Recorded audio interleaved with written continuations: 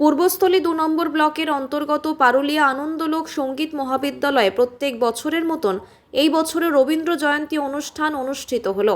প্রথমে প্রার্থনার মাধ্যমে এই অনুষ্ঠান শুরু হয়। এই অনুষ্ঠানে নাচ গান আবৃত্তির মধ্য দিয়ে সম্পন্ন হয়।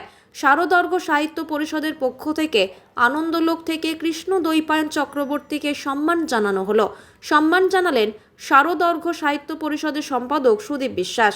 আজকের এই অনুষ্ঠানে উপস্থিত ছিলেন পূর্বস্থলী স্টেশনের স্টেশন ম্যানেজার অবনী ভূষণ বালা, শারদর্ঘ সাহিত্য পরিষদের সম্পাদক সুদীপ বিশ্বাস, পূর্বস্থলী ২ নম্বর ব্লকের সহ সভাপতি কালীশঙ্কর ব্যানার্জি, পারুলিয়া ১ নম্বর জিএসএফপি বিদ্যালয়ের প্রাক্তন শিক্ষক দীপঙ্কর চক্রবর্তী সহ আরও বিশিষ্ট জনেরা। রবি প্রভাত প্রাণের ঠাকুরকে প্রণাম জানিয়ে গুণীজনদের যথাযোগ্য স্থানে সম্মান জ্ঞাপন করে আমি রবীন্দ্রনাথ ঠাকুরের একটি আবৃত্তি করার চেষ্টা করছি। যদিও আমি বাচিক শিল্পী নই, তবু আজকের এই আনন্দ অনুষ্ঠানে একটু নিজের আনন্দটা ভাগ করে নেওয়ার জন্য।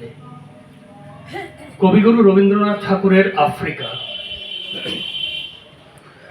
উদ্ভ্রান্ত সেই আদিম যুগে স্রষ্টা যখন তার নিজের প্রতি অসন্তোষে নূতন সৃষ্টিকে বারবার করছিলেন বিধ্বস্ত, তার সেই অধৈর্যে ঘন ঘন মাথা নাড়ার দিনেই রুদ্র সমুদ্রের বাহু প্রাচী ধরিত্রীর বুকের থেকে ছিনিয়ে নিয়ে গেল তোমাকে।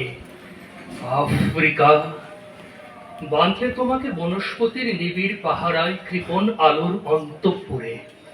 সেখানে নিভৃত অবকাশে তুমি সংগ্রহ করছিলে দুর্গমের রহস্য, চিনছিলে জল স্থল আকাশের দুর্বোধ সংকেত। প্রকৃতির দৃষ্টি অতীত জাদু মন্ত্র জাগাচ্ছিল তোমার চেতনাতীত মনে।